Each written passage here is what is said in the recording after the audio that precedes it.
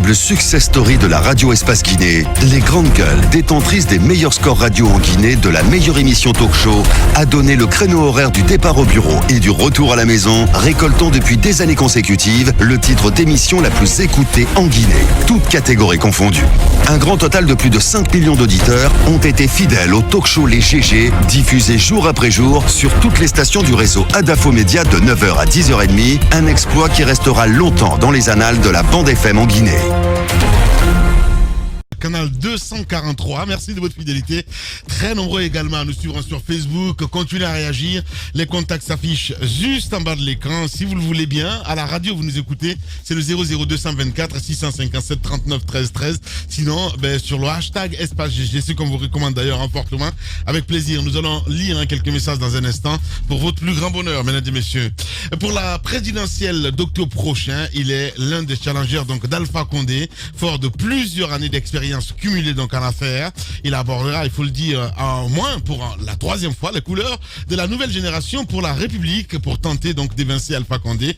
Abessila, puisqu'on parle de lui, ce candidat de l'énergie et grand gélateur d'un modèle libéral, veut compter sur son candidat et pas que, malgré un fichier électoral, un environnement institutionnel qui semble en avoir découragé plusieurs. Quelle appréciation fait-il du processus électoral global? Par quoi compte-t-il séduire l'électorat guinéen? Toutes ces questions posées ce matin à Abessila. Il est le président de la NGR et nous allons le joindre dans cette émission ce matin. Les Grandes Gueules sur Radio Espace Guinée. Beaucoup de réactions évidemment, si vous le voulez bien, du côté de la régie avec Kabine Condé. Nous allons essayer de partir avec quelques réactions des auditeurs, avec Seikou Oumar Bolé qui nous écrit: bonjour les Grandes Gueules. La Guinée est l'illustration de la comédie politique. Comment est-ce qu'ils peuvent organiser tous ces regroupements politiques et nous empêcher de monter à 6 dans un taxi? Campagne clandestine, dommage. C'est un auditeur qui nous envoie ce message. On reste toujours dans le sillage avec Soto Trossi qui nous écrit: Papa Kemo Kanté, bonjour Lamine, bonjour à toute l'équipe. Pour une question de bon sens et de morale, bien sûr, si ça existe encore dans notre pays, je crois que la main qui a signé ce décret de prorogation d'état d'urgence ne pourra signer un quelconque décret de lancement des campagnes électorales. Voilà, c'est un auditeur qui nous envoie ce message. On reste avec Kadiata Madi Chérif du PNPD. Bonjour les Grandes Gueules. Une élection inclusive serait profitable de tous. La Côte d'Ivoire est un pays fragile et le président devrait tenir compte de cet aspect pour calmer le jeu.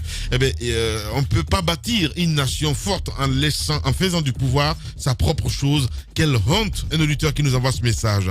Lamba Mank Diallo aussi qui nous écrit: je quitte le tabouret pour le fauteuil. Voilà une expression qui définit le courage de Soro, mais il oublie que ces organisations africaines sont des syndicats des présidents. Lamine Guirassi, je suis le seul à remarquer que Moïse vient souvent en retard. Il pose la question ce matin, mais non, t'es pas le seul.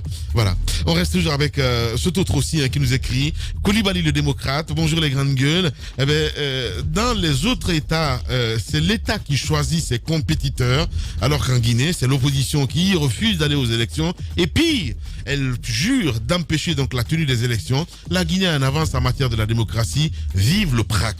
On reste avec Maurice Kourouma aussi qui nous écrit: salut les GG. La décision de la Cour internationale des droits de l'homme et du peuple, la CEDEAO, est salutaire et courageuse, mais je pense que je pense pas si elle changera quelque chose. 44 dossiers de candidature, 4 retenus en Côte d'Ivoire, c'est juste hallucinant et honteux. Hashtag Espace GG. Nous restons avec cet autre aussi. Lui, c'est Tamba Eugène Tolno qui nous écrit: bonjour les Grandes Gueules. J'avoue que ce régime a peur d'affronter l'opposition en face, compte tenu du bilan chaotique des 2 derniers mandats qu'ils ont exercés au prix du sang et de nos martyrs. Déconfiner le Grand Conakry, c'est perdre d'avance les élections. Hashtag Espace GG. Mouktar So, 224 aussi qui nous écrit: bonjour les Grandes Gueules. Oui, le décret du président Condé, il pose la question. Je me dis, ce décret n'est qu'une simple foutaise de la part des Guinéens. Comment se fait-il qu'on prive le Guinéen de sa liberté sous prétexte de la Covid pendant eux refusent de respecter les mesures? Eh bien voilà, c'est un auditeur qui nous envoie ce message. DTS sur le hashtag espace GG. Bonjour les grandes gueules. Eh bien, tant que les institutions africaines resteront gérées par les différents chefs d'État, il veut dire, eh bien, contestés et très mal élus dans leur pays, on va continuer donc à tourner toujours en rond, chercher par ailleurs eh bien, la main qui donne et la main qui dirige. Hashtag espace GG. On reste toujours avec Mohamed le politologue maintenant qui nous écrit. Bonjour les grandes gueules. L'incohérence de l'État face à la gestion du Covid-19 est notoire. Les mosquées prennent plus de personnes entre les quatre murs que les véhicules qui ne prennent pas. Il faut revenir à la normale pour le transport. Le citoyen lambda souffre et 1500 francs guinéens, c'est bon. Nous aussi qui nous écrit sur le hashtag espace GG. Ces institutions sont là juste pour défendre les présidents et non le peuple. Eh bien, elles ne sont pas indépendantes. Rappelez-vous des décisions de la CEDEAO sur la prise de pouvoir par l'armée au Mali. Eh bien, il faut qu'on passe à autre chose. Hashtag espace GG. Peuple frustré aussi qui nous écrit du côté de la Turquie. Bonjour les grandes gueules. En voyant donc le cirque politique en Côte d'Ivoire, j'ai l'impression de regarder une Guinée bis. Qu'est-ce qui est pourri? Oui, avec des dirigeants attardés comme les nôtres, on est loin de sortir de l'auberge, avec qu'on ne soit pas maudit quelque part. Voilà, j'en doute fort. Voilà, c'est le peuple frustré qui nous envoie ce message. Pandi aussi qui nous écrit. Bonjour les grandes gueules. En Guinée, on prolonge l'état d'urgence sanitaire comme pour dire que le pays est en danger. Mais on prend le soin d'organiser une élection tout de même, histoire de protéger les intérêts d'une minorité. Voilà toute l'incohérence du pouvoir Condé. Hashtag espace GG. Sekou Cheikh Diakité aussi qui nous écrit. Lamine, à cette allure, comment voulez-vous que le Guinéen croit en cette histoire de Covid-19? Ils font semblant de protéger l'état d'urgence sanitaire, tandis qu'ils se préparent pour le lancement officiel des campagnes électorales. Abomination, hashtag espace GG. Ils sont très nombreux à nous écrire le matin. On a Lamarana Yembera aussi qui nous écrit. Bonjour les grandes gueules. Alpha fait la politique pour tout. Ils s'en fichent des conséquences négatives. Je suis profondément dégelé pour vous, les hommes de la culture. Et voilà. Qu'est-ce qu'il veut dire? Merci beaucoup. On reste toujours avec toujours ces auditeurs. Tous les motels et maquis en ville fonctionnent à merveille, sauf ceux de la banlieue. C'est une discrimination totale. Lui, c'est Maurice Yombouno. Oui, Maurice, il souffre. Voilà. On reste avec cet autre aussi qui dit bonjour les GG. Suleiman Konaté du Breka. Comment prendre au sérieux un gouvernement qui décide de proroger l'état d'urgence sanitaire pendant qu'ils organisent des meetings et des concerts à travers le pays? Eh bien, cette ordonnance prise par le président Condé hier est une preuve irréfutable qu'il n'a ni respect ni considération pour le peuple. Il est temps de chasser tous ces imposteurs qui ont pris le pouvoir sans jamais l'exercer pour le bonheur de nos concitoyens. Je suis totalement solidaire des artistes guinéens. Ce secteur n'a jamais été une priorité pour ce pouvoir en déliquescence. Un autre message, Roby, de l'autre côté, tu peux lire, mon cher ami. Voilà. Ouais, c'est Ahmed, le chef de cabinet du ministère des Mines. Ouais. Il faut recadrer le débat. La Cour africaine des droits de l'homme et des peuples n'est pas une instance punitive. Elle ne peut que faire un constat et des déclarations de conformité en invitant un État de respecter les droits conformément à la Charte des Nations Unies. En un mot, c'est un organe consultatif, merci. Ouais. On dirait que vous êtes tous clients des motels là-bas. Lamine et Moïse connaissent bien celui de Kofi. Ben non, oui, c'est un journaliste d'investigation, donc il est partout, Moussa Moïse, là, voilà. Allez, ne pas confondre, c'est très important. C'est un policier, Moussa Moïse, là, voilà. Allez, on reste, c'est pour ça qu'on s'entend pas d'ailleurs, parce que moi je suis gendarme à la base. Allez, bonjour les grandes gueules, bonjour Lamine, je l'ai toujours dit et je le dirai encore, les acteurs culturels et les artistes ne sont pas unis. Tant que nous ne sommes pas unis, notre combat ne sera que vain. Nous sommes toujours les premiers encore à faire de la propagande et de la démagogie derrière ce gouvernement. Est-ce que je peux intervenir? Il pose la question. Non, mon cher ami. Il faut voir avec Tamba. Vous, si vous souhaitez intervenir dans l'émission, les artistes qui vont jouer dans l'inégalité, ce n'est pas normal. C'est Sekou Baron qui nous envoie ce message. Ils sont très nombreux ce matin à réagir. Évidemment, Prince Zalo, si vous le voulez bien, on me signale qu'il y a Takana qui doit intervenir, parce que c'est qui me signale notre ami Tamba Zakari Milimono. Pendant ce temps, je reste toujours avec ces auditeurs. Voilà, ils sont très nombreux à réagir, évidemment. On va continuer. On a écouté quand même ces artistes, mon cher Il faut remarquer que l'avant-dernier SMS que vous venez de lire, ce jeune qui parlait de 2 poids 2 mesures dans l'ouverture des maquis, il a parfaitement raison. Moi, je reçois beaucoup d'incriminations, beaucoup de plaintes des tenanciers notamment de bars, de restaurants, etc. qui se disent mais pourquoi quand vous allez au Sheraton c'est ouvert, lorsque vous allez dans d'autres grands motels, je vais pas citer de nom pour pas faire trop de pub, en tout cas tous les grands motels VIP c'est ouvert et vous y trouvez parfois des ministres, des directeurs, etc.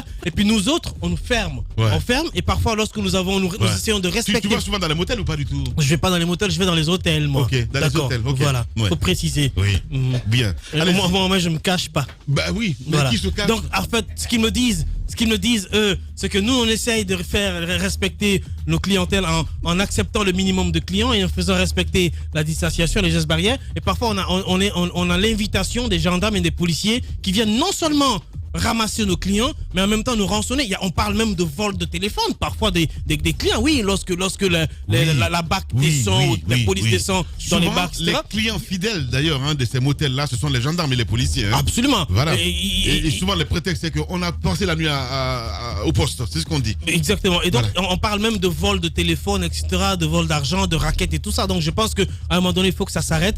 Et soit les mesures s'appliquent à tout le monde, ou alors on lève pour tout le monde. Voilà, comme le dit Moussa Moïse, mettre tous à l'air en fait. Voilà, allez-y. D'abord, je tiens quand même à préciser que j'ai été bluffé par l'expertise de Moussa Moïse sur les motels, vraiment chapeau bas. Mais c'était une journaliste d'investigation, mon cher. C'est du journalisme d'investigation. Voilà. Bon, maintenant, effectivement, quand tu vis dans une société aussi inégalitaire, où il y a de l'injustice partout, les gens, à un moment donné, se sentent frustrés. Il faut que nos gouvernants comprennent que le peuple de Guinée, que la jeunesse guinéenne mûrit, elle voit ce qui se passe ailleurs. Effectivement, tu ne peux pas organiser des grandes mamayas, des grandes manifestations d'un côté et imposer aux autres, les gens du peuple, la restriction. Les gens du peuple. Oui, les gens du peuple, les gens du peuple, le bas peuple, les restrictions. Les vrais gens. Les vrais gens, exactement. Tu peux pas le faire. Voilà, il y a un moment donné où l'injustice, ça suffit. Ouais, ça suffit. Ahmed Kourouma. Allez-y, Jacques Léo. Pour les opérateurs culturels, je pense que cette organisation qui a commencé doit continuer parce que... espérons qu'ils vont s'unir. Oui, bien entendu. Bon, ça va être difficile. Il n'y a pas d'unité, ça va être difficile. Il y a trop d'hypocrite. Déjà, il faut être clair, ça va être difficile. Oui. Vous avez vu, Maka a été dans l'incapacité de dire on va interdire, on va dissuader, n'est-ce pas, les artistes qui prêtent leur service aux politiques d'aller se produire. Parce que ce serait une punition qui allait contraindre, n'est-ce pas, les politiques n'est-ce pas, à se plier à leur volonté. Mais tant qu'il y a des artistes quand même qui vont se produire, ça va être compliqué. Mais là, il faut le comprendre tout de suite. Il y en a qui ne vivent que de ça. Ils n'ont pas d'album, ils n'ont rien à vendre. C'est quand ils vont se produire en spectacle, l'argent qui tombe là, c'est avec ça ils vont se nourrir. Vous ne pouvez pas dire à quelqu'un comme ça d'arrêter, n'est-ce pas, d'aller sur le terrain. Maintenant, il y a autre chose, parce qu'il y a quand même une injustice. Et on m'a signalé, et je crois que c'est vrai, parce que pour l'électricité, les gens qui tiennent des bars, des motels, continuent quand même de payer. Bah oui, alors normal. que ça ne fonctionne pas. Mais non, mais c'est normal. Oui, c'est normal, mais ça ne fonctionne pas. Parce que vous ne pouvez pas. Mais non, Jacques, mais non. C'est dans ça, ils gagnent de l'argent. Non, Jacques. C'est dans ça, ils gagnent de l'argent. Non, Jacques a raison. Non. C'est dans ça, ils gagnent de l'argent. La récente mesure d'accompagnement, le plan de riposte. Le plan de riposte tenait compte de cet aspect-là. Composante économique. La composante économique tenait compte de cet aspect-là. Les industries, en tout cas les clients non privés, l'État subventionnait leur électricité. Mais les clients qui exercent dans le domaine d'activité payant, l'État ne subventionne pas.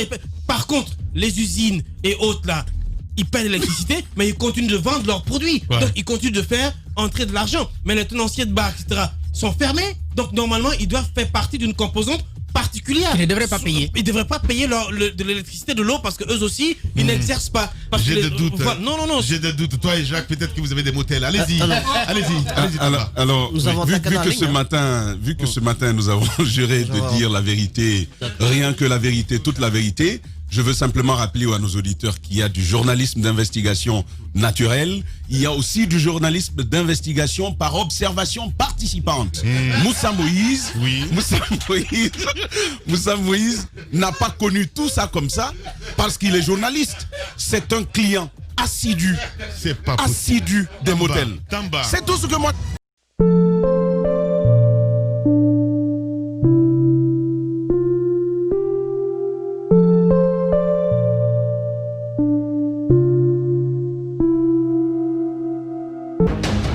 Takana, bonjour. Bonjour, honorable chef. Bienvenue donc dans les grandes gueules Rasta. Vous avez suivi hier l'ordonnance prise par le chef de l'État et quelques opérateurs culturels ont été reçus dans ce studio. Et dites-nous comment vous avez accueilli cette prorogation de l'état d'urgence sanitaire. Est-ce que ça fait les affaires du monde de la culture dans notre pays? Glory to the Father, the Son, and the Holy One of creation, as that was in the beginning, is now, whatever shall be, Jah, without end, Holy Emmanuel, King Celestia, Jah, Rastafari, blessed and sanctified, God and clear. Amin Allah, Amin Allah, Amin Allah. Amin. Donc, vous voyez, moi, je veux qu'on reste confiné jusqu'à décembre prochain de 2021, parce que, voilà, on est habitué, quoi, on est habitué de tout ça. Parce que, on est habitué de tout ça, parce que, voilà, c'est trop exagéré. Quand ça vient jusqu'au collet, on ne sait pas comment réagir maintenant, tu vois, parce que nous, on a sorti tous les 1000 degrés, par rapport à ça. Mais ceux qui jouent sur le milieu culturel, c'est la désunion, entre les acteurs, entre même les artistes. Chacun veut se débrouiller tout seul et faire son petit bout de chemin. Ça ne peut pas marcher comme ça. Vous voyez, les artistes, ils vivent de leurs prestations, ils vivent de tout un tas de choses que quand on reste confiné, beaucoup d'artistes sont dans la merde. Moi, je pense que c'est une façon pour le système de garder les artistes dans leur pauvreté et qu'ils puissent les manipuler à leur propre fin. Oui. C'est ce que je trouve... Mais Takana Zion, comment changer la donne? Est-ce que vous allez rester comme ça, inactif après cette ordonnance, alors que les meetings politiques continuent, les rassemblements politiques continuent, bientôt la campagne électorale, et vous, on vous interdit de faire vos activités culturelles? Est-ce que vous allez rester les bras croisés? Moi, je continue à faire mes activités culturelles. Je viens d'enregistrer 2 albums et je vais les vendre très cher dans le monde entier et ici même en Guinée. Bien. Puisque je n'ai pas le moyen de réunir tous les artistes guinéens ou d'être dans un groupe d'artistes ou un mouvement d'artistes conscients qui se battent pour la même cause et le même idéal. Donc, je bouge aussi à ma façon. Moi, je reste ferme, sur ma position que, avec tout le respect que j'ai pour le professeur Alpha Condé, qui est un grand-père ou un père pour nous, que nous ne sommes pas pour son 3e mandat. Ouais. Il est certainement manipulé par des personnes qui sont autour de lui, qui l'encouragent. Le peuple est fatigué de tout ça. Les gens ne sont pas pour Alpha Condé. Si vous voulez maintenant dépenser de l'argent, continuez à gaspiller de l'argent, on va manger. Après, les urnes vont parler. Parce que cette fois-ci, à partir du 18 octobre, Alpha Condé, moi, personnellement, n'est pas mon président. Moi, à partir du 18 octobre, quand les votes sont terminés, Alpha n'est pas mon président. C'est ça. Il n'est pas mon président. Bien. Nous, on ne restera pas confinés. Bien. Ceux qui vont rester confinés dans leur bureau avec leur maladie et ils n'auront qu'aller se soigner là-bas en Europe. Parce qu'ils n'ont pas construit des hôpitaux décents pour soigner leur population. Est-ce que vous comprenez? Oui. Nous ne sommes pas avec ce système-là. Il faut que les gens apprennent à dire la vérité à Alpha Condé. Il a 92 ans, il n'a aucune capacité, ni physique, ni morale, ni intellectuelle, de diriger la Guinée. Bien. Alors il faut que ça s'arrête. Bien. Voilà. Takana. Nous avons parlé de 1000 manières, on s'est soumis, j'ai même fait des vidéos pour demander pardon, pour faire appel à sa sagesse en tant qu'une personne âgée, comme lui, et pour qu'il comprenne les souffrances du peuple. Nous sommes 16 ou 12, 14 millions de citoyens guinéens. Alpha Condé n'est pas le seul Guinéen capable. Il y a beaucoup de Guinéens qui sont capables de diriger. Après, des escrocs et des hypocrites te diront, non, mais à part Alpha Condé, il y a qui? Mais à part Alpha Condé, moi-même, je peux diriger. À part Alpha Condé, Guirassy peut diriger. À part Alpha Condé, n'importe quel Guinéen qui a une certaine éducation, connaît les souffrances, qui connaît les réalités du pays, peut diriger la Guinée. Bien. Alors, il faut que ça s'arrête. Bien. Aujourd'hui, l'homme propose, mais Dieu dispose. Est-ce que vous êtes certain que les élections même auront lieu? Parce que là, comme ils sont en train de s'entêter à aller au bout de leurs idées, à forcément vouloir, comme on appelle, briguer ce 3e mandat, organiser des élections, n'est-ce pas, et brigander le peuple, intimider les gens, violenter nos mamans, ils sont en train de se battre avec l'éternel, et personne n'est ami avec l'éternel. Le pouvoir de l'homme n'est que passager. Alors il est inutile de se dresser devant des gens, et comme on appelle, qui sont déjà au bout de leur souffle. Moi, je ne m'accroche pas sur un arbre tombant, et je ne parie pas sur un cheval qui a un pied cassé. Donc je ne peux pas voter Alpha Condé. Et je conseille à tous mes fans et à toutes les belles personnes, tous les bons citoyens guinéens, de ne pas voter pour Alpha Condé. S'il vous donne de l'argent, s'il vous donne du riz, mangez-le, mais ne votez pas pour ce vieillard parce qu'il risque de compromettre l'avenir de nos enfants et des futures générations de la Guinée. Il faut que ça s'arrête. Il faut que ça s'arrête. Le message. Il faut que ça s'arrête. Nous sommes fatigués. Les artistes sont en train de mourir de faim ici parce qu'ils n'arrivent pas à travailler. Ils n'ont pas de concert. Oui, ils ne sont invités nulle part. Ils sont obligés d'aller de bureau en bureau pour vivre. Quelle dignité dans ça? Et quelle dignité dans ça? Il y a quelle dignité dans ça? Ils veulent tuer tout le peuple. Il n'y a aucun secteur qui bouge. Est-ce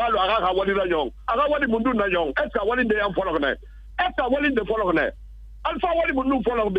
Alpha Condé est professeur. Au lieu de nous construire des universités, pour qu'on puisse donner une éducation décente à nos enfants, c'est les hôtels qu'on nous construit. C'est les hôtels qu'on construit. Et pour qu'on termine tous comme des bordels et on va passer toute notre vie dans cette perversité. Que Dieu il nous sauve de ces mécréants-là. C'est là qui a Dieu.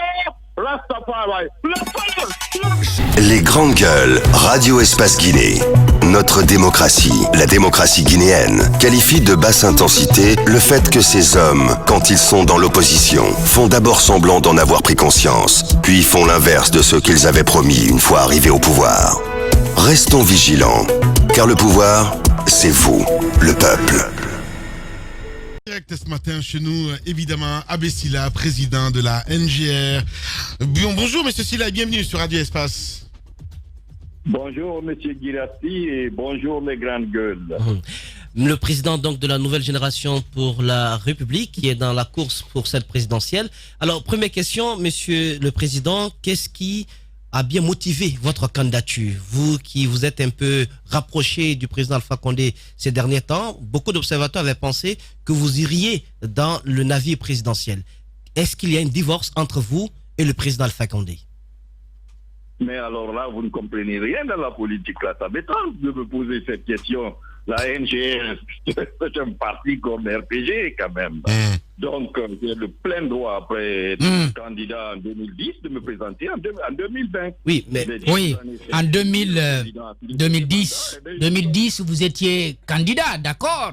2015, vous décidez d'accompagner le président Alpha Condé à la surprise générale. Et puis, vous aviez un député à l'Assemblée nationale qui s'est rallié à la majorité présidentielle. Dites-nous, qu'est-ce qui n'a pas marché entre 2015 et aujourd'hui pour que vous partiez, comme en 2010, à la conquête du pouvoir? En 2015, je ne suis pas allé aux élections pour une simple raison. Le président avait fait un mandat et pendant ce mandat, comme vous le savez, il y avait des marches, des contre-marches, presque chaque semaine, et il y avait Ebola. Je me suis dit, bon, il faut lui donner une chance pour quand même corriger ce qu'il n'a pas pu faire en 2015. Et c'est ainsi que quand il a demandé à ce que je l'accompagne, je l'ai accepté volontiers. Et je me suis battu pour qu'il ait son deuxième mandat. Ouais. Quand le deuxième mandat est fini, son mandat se termine le 18. Et je veux que le prochain président de la République soit moi. Voilà, on l'espère bien. Abbé Sylla, président de la NGR ce matin en direct. Allez-y. Et donc vous, en 2010 et en 2015, vous avez décidé de faire de la politique gentille. Sauf qu'en 2020, du coup, vous partez à une élection avec beaucoup de risques, avec un fichier électoral qui n'est pas favorable au parti en face, avec une CENI qui est censé, en tout cas qui est dit être du côté du pouvoir en place. Et donc aujourd'hui, avec même une élection au cours de laquelle vous n'aurez pas beaucoup de possibilités de battre campagne au regard des restrictions liées aux mesures de Covid, est-ce que vous y allez avec conviction ou alors il y a un deal sous-entendu? Est-ce que vous faites partie des gens qu'on dit avoir été créés comme opposition par le professeur Alpha Condé pour aller à cette élection? Bon, en 2010, je vous corrige, en 2010, le président, il n'y avait pas de président guinéen, c'était l'armée qui avait le pouvoir, donc il n'avait pas de bilan à présenter, c'était la dictature pure et simple. En 2015, comme je viens de l'expliquer, je l'ai accompagné. Nous sommes maintenant en 2020, bon sang, donc j'ai plein droit en tant que président de la NGR de me présenter comme président de la République. En ce qui concerne le diesel, Alpha, il a de l'argent, bien sûr, mais j'en ai peut-être un peu plus que lui. Ouais. Donc, pourquoi je vais le suivre? Pourquoi? Explique-moi. Peut-être qu'il y a quelque chose que je sais que je ne comprends pas. Quelque chose, mais... Je suis là aujourd'hui en Guinée. Oui. C'est pour être le président de ce pays, pour enfin redémarrer l'économie. Maintenant qu'on a un président, j'attaque son bilan. Ce n'est pas lui que j'attaque personnellement. Par rapport à son bilan. Je peux faire pour le pays, voilà. Parlant du bilan, monsieur le président de l'ANGR, certains nous disent que vous faites partie de ces opposants frustrés pour n'avoir pas bénéficié de certains marchés de l'État, que vous avez été aussi frustré par ce qui s'est passé au niveau des groupes électrogènes de Tombo. C'est pas cela que vous auriez demandé donc à Alpha Condé. Il vous a donné une sorte de miette au lendemain donc de votre soutien, du soutien que vous lui avez apporté en 2015. Est-ce que vous êtes un opposant frustré? C'est pourquoi vous allez à ces élections? Écoutez, vous n'avez encore rien compris. Moi, je suis venu en Guinée, c'est pour aider les Guinéens. C'est pourquoi j'ai choisi comme secteur l'énergie. Et j'ai mis quelques trentaines de millions de dollars d'investissement de mes propres fonds. La Guinée, comme affaire, ne représente même pas 1% de mes affaires. Il faut que ça soit clair. 80% de mes affaires proviennent des États-Unis et le reste du monde des 10%. La Guinée ne représente même pas 0,5%. Donc, si vous le voyez ainsi, eh bien, vous vous trompez énormément. Voilà. Alors, monsieur... Qu'est-ce qui s'est passé pour le contrat de Tombo, monsieur le président de l'ANGR? Tombo, c'est un petit contrat. Quand tu regardes dans une vue globale dans le secteur énergétique. Donc, un contrat de 30 millions, c'est pas grand comparativement au barrage et ainsi de suite. Mais écoutez, je suis un homme d'affaires. Les 30 millions que j'ai investis ici, je pouvais avoir aujourd'hui 4 fois ce montant si je l'avais investi ailleurs ou aux États-Unis. Je l'ai fait parce que vous étiez dans l'obscurité. Si je ne le fais pas, qui d'autre le fera? Donc, dites-moi. Monsieur Abessila, bonjour. En parlant d'obscurité, moi j'aimerais être éclairé sur certains aspects. On sait que vous êtes un libéral, un entrepreneur. Vous venez de dire que vous vouliez être président de la Guinée, certes. 2 questions. D'abord, avez-vous un programme économique clair, concis et précis? Et deuxièmement, quelles sont les mesures précises, concrètes, que vous pourriez mettre en place pour endiguer ce cancer qui nous gangrène tous, c'est-à-dire le chômage des jeunes? Voilà, là aussi, c'est comme nous sommes maintenant en période pré-campagne, bientôt de campagne, il faut d'abord dire le bilan économique du gouvernement en place. Oui, mais votre programme intéresse les Guinéens. Il faut arrêter d'être dans la critique du gouvernement. Moi, je veux de votre part aujourd'hui, si possible, au moins des propositions concrètes en ce qui concerne nos préoccupations du quotidien, c'est-à-dire le chômage des jeunes et votre programme économique libéral que vous mettriez en place si jamais vous êtes président. C'est important. Il faut arrêter à un moment donné d'être dans la critique et faire des propositions concrètes aux Guinéens. Et c'est ce qu'on attend de vous. Enfin, c'est ce qu'on attend d'un candidat à l'élection présidentielle. D'accord. Donc, je commence avec le programme, mais il faut faire quelques comparaisons, bien sûr. S'il vous plaît. D'abord, mon programme est très simple pour redémarrer l'économie guinéenne. Ça se repose sur le socle de la gouvernance, qui est la justice, c'est-à-dire personne n'est au-dessus de la loi. Et les règles s'appliquent à tous les Guinéens. Bon. Et un deuxième volet, la sécurité, c'est-à-dire la sécurité humaine des biens et de la frontière. La bonne gouvernance qui consiste la corruption et à bien gérer les biens de l'État. Et vous pensez que c'est ce qui va relancer l'économie et endiguer le chômage des jeunes? Maintenant, c'est bien cela, il faut le match. La justice n'existe presque pas. C'est inféodé par le gouvernement actuel. La sécurité, comme vous le savez, il n'y a pas de sécurité. Même si tu sors pour protester parce que tu n'as pas d'énergie, il y a les tonton Macoute qui vient vous taper avec les cagoulés. Vous êtes au courant, il y a eu beaucoup de décès. Et ce qui se passe actuellement à Guinée reste à désirer dans le domaine de la sécurité. C'est même effrayant. On pensait que c'était les militaires qui étaient les tyrans, mais on commence à voir les vrais visages des autres. Non, absolument, monsieur le Président. Ensuite, il y a les institutions, la bonne gouvernance, les institutions qu'il faut mettre en place, comme la Cour constitutionnelle, par exemple, la CENI, la Cour des comptes.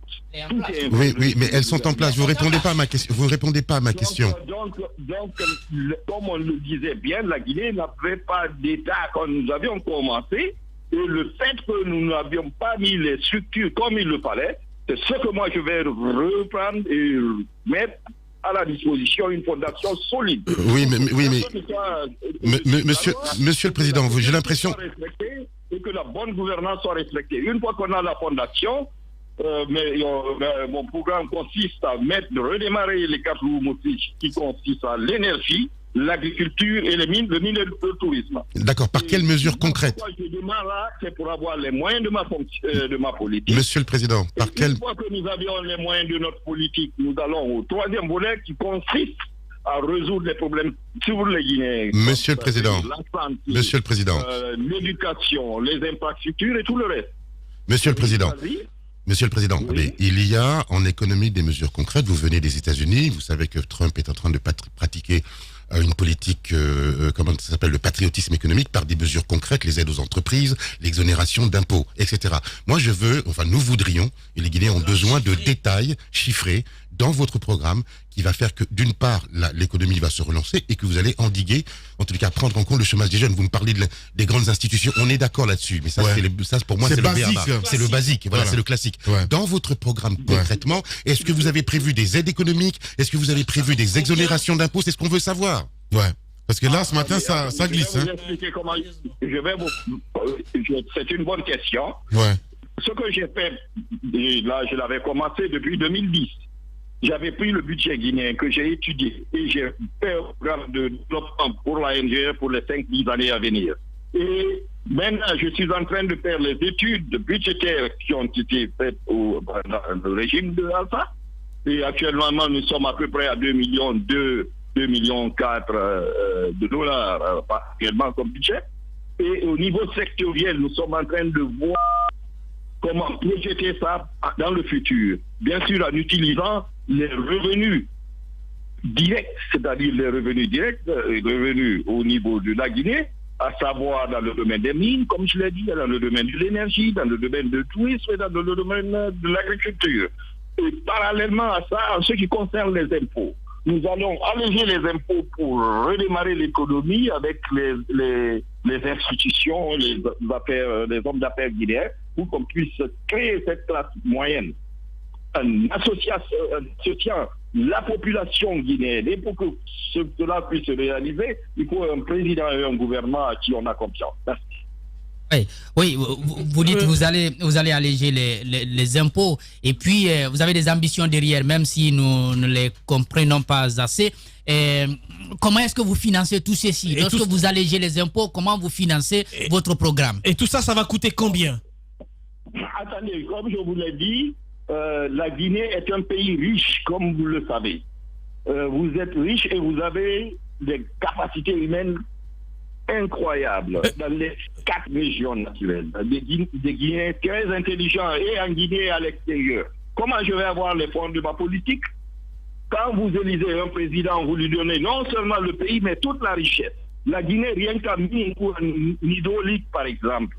Prenons un barrage qu'à l'État, l'autre soit petit que nous allons achever bientôt. Si on avait associé les Guinéens dans ça et qu'on avait fait ça intelligemment, la Guinée aurait eu 100% de contrôle de cela. Aujourd'hui, on aurait produit et généré quelque chose de 1 milliard et quelques de dollars.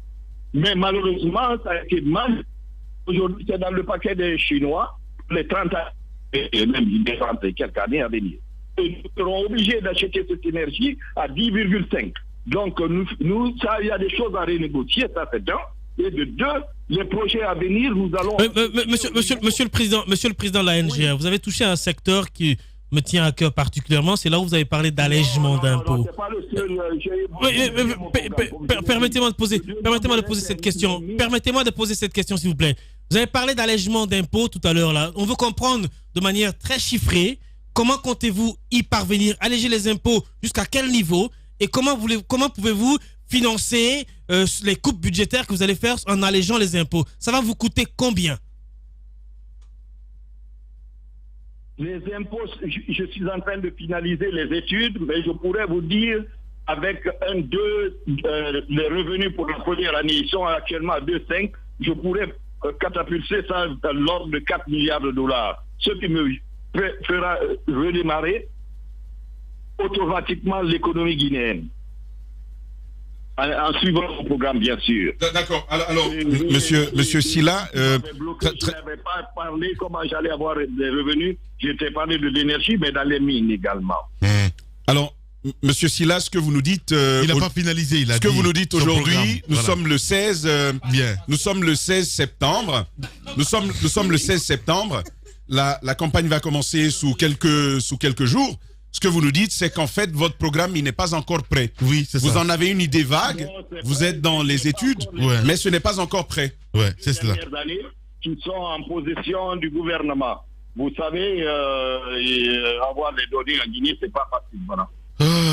Abessila, pauvre Abessila. Mon Dieu.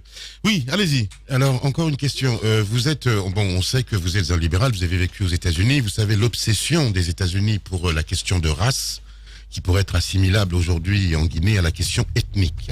Donc, quelles seraient vos premières mesures, vos solutions pour en finir avec justement cette ethnicisation de la vie politique? Est-ce que pour ce faire, il faut des... Attendez, laissez-moi finir, monsieur Abessila, merci. Laissez-moi poser ma question.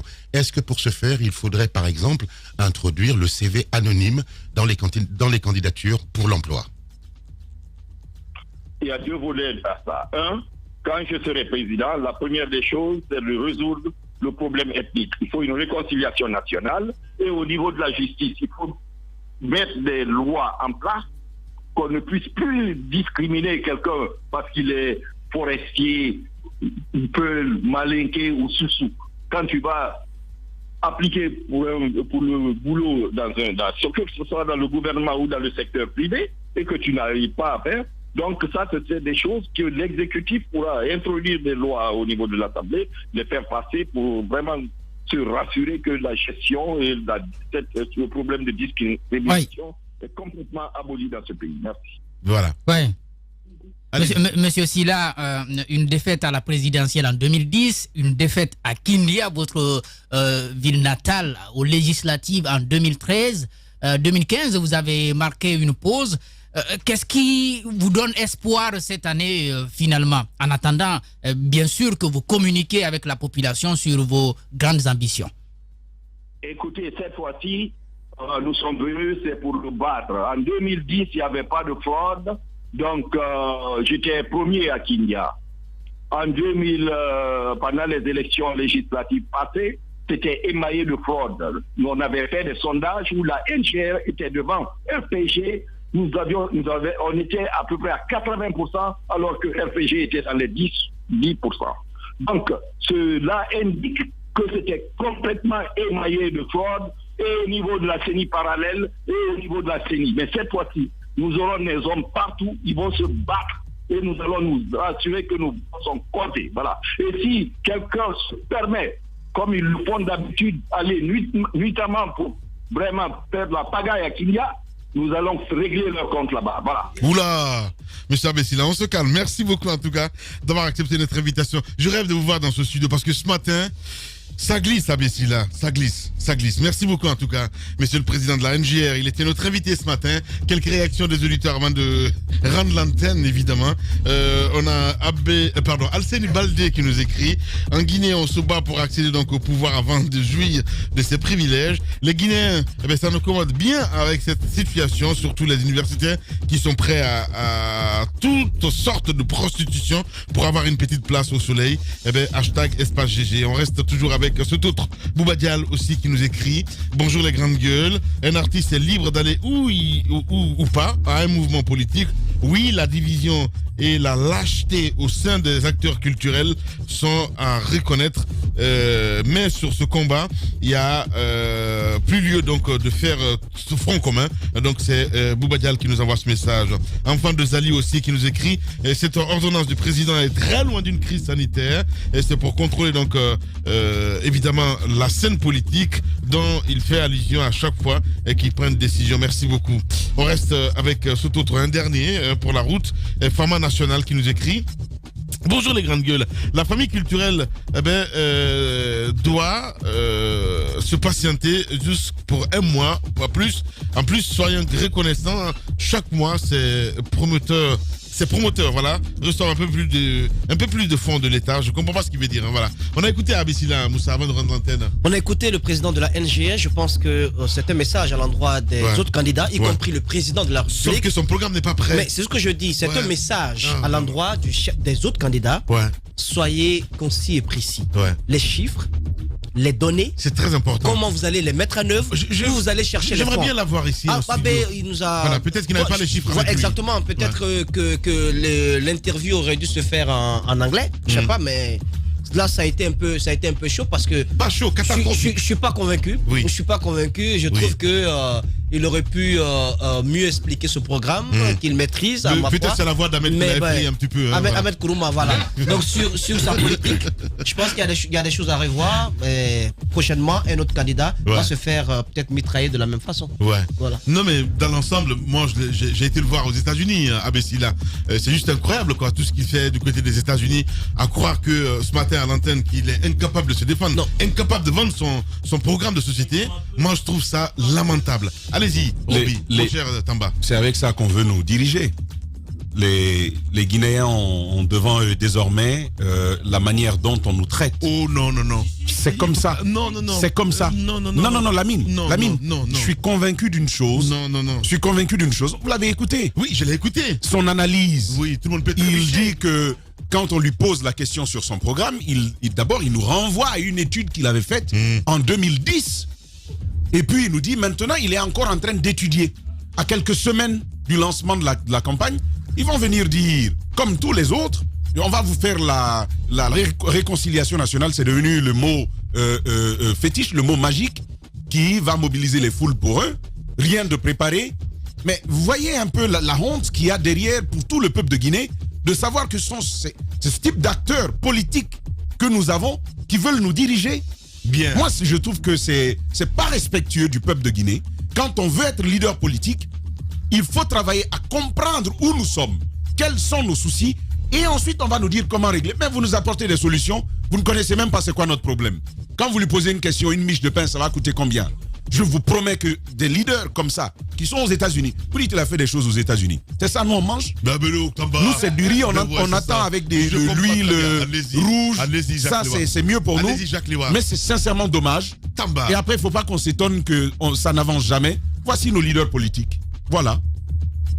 Bon, après, quelque part, ils se disent ceux qui veulent, bien entendu, s'offrir. Et puis c'est Kindia qui va.